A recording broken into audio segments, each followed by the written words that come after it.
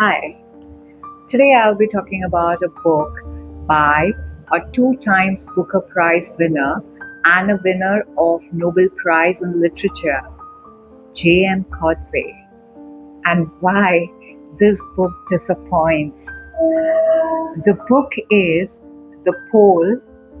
It is about a 70 plus musician who falls for a 40 plus married woman. The plot is interesting, spicy even, and a lot has been written and talked about in books and movies. There is Manhattan, there is Lost in Translation, Breezy, American Beauty, so many. Such a highly acclaimed writer can never go wrong in his writing craft. In fact, his writing gives a lot of hope to young writers who are often chided or warned for not adhering to the rules of storytelling, which Mr. Coetzee unapologetically shrugs off. The old favorite writing advice, show, don't tell, is something Coetzee casually throws out of the window. He writes, step by step, her mood lightens. By most editorial standards, this would be flagged at once. Never name an emotion. Show the experience. How her shoulders loosen or tightness in her voice eases. You know, but that's Coetzee. Let's see his next line. He writes, for the rest of the day, she goes about her routines slowly, calmly, deliberately. Most editors would jump in. Adverbs tagged, there is redundancy, it summarizes the behavior instead of showing it. But that's what great writers do. They know how to set the rules and how to break them.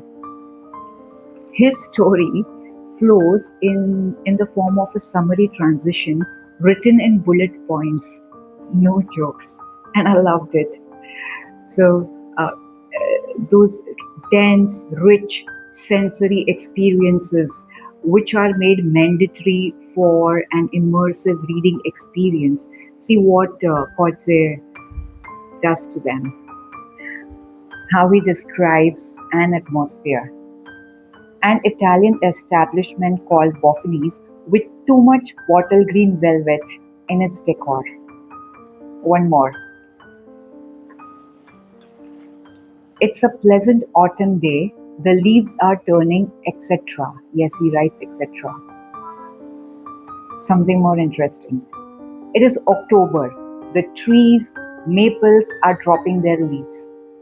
That's how he describes the environment. Let's see how he describes his characters. Rather, he introduces his protagonist. He's a Pole, a man of 70, a vigorous 70, a concert pianist. That's all. Then, some 9 pages later, maybe Coetzee decided to go more spendthrift with his words and he describes a little bit more about his character. He writes, publicity photographs show a man with a craggy profile and a shock of white hair staring into the middle distance. That's it. So I liked this minimalism in writing. Let's see how he starts his chapters. She sleeps well that night. In the morning, she plunges back into her routines. Months later, an email pops. So, this simplicity in writing gives speed to the narrative without compromising on the immersive experience of the readers, especially when it comes loaded with dry humor. You know what he writes? Crouched over the keyboard, he looks like a huge spider. His style of storytelling gives courage to the writers to trust their own voice, irrespective of what market expects. So, where does this book go wrong?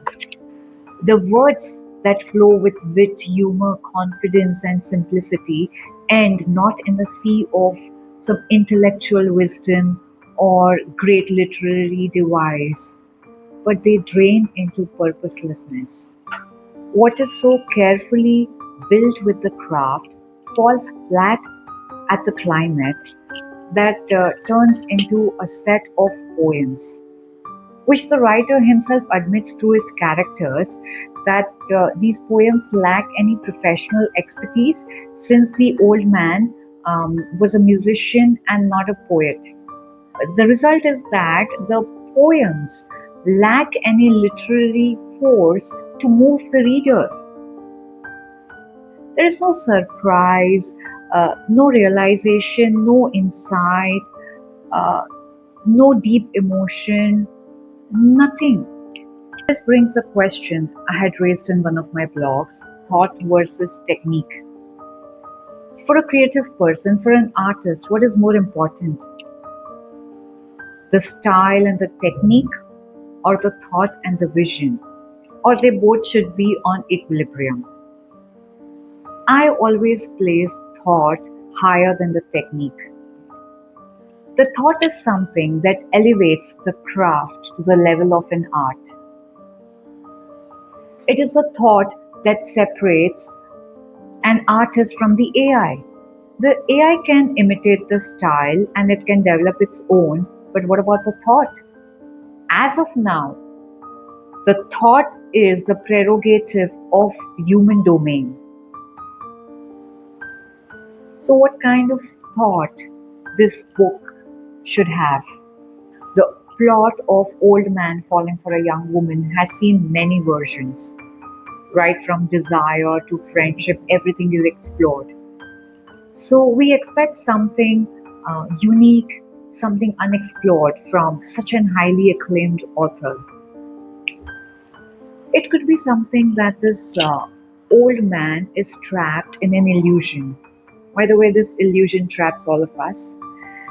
The illusion is that the happiness resides in something: a female, a car, a house, something.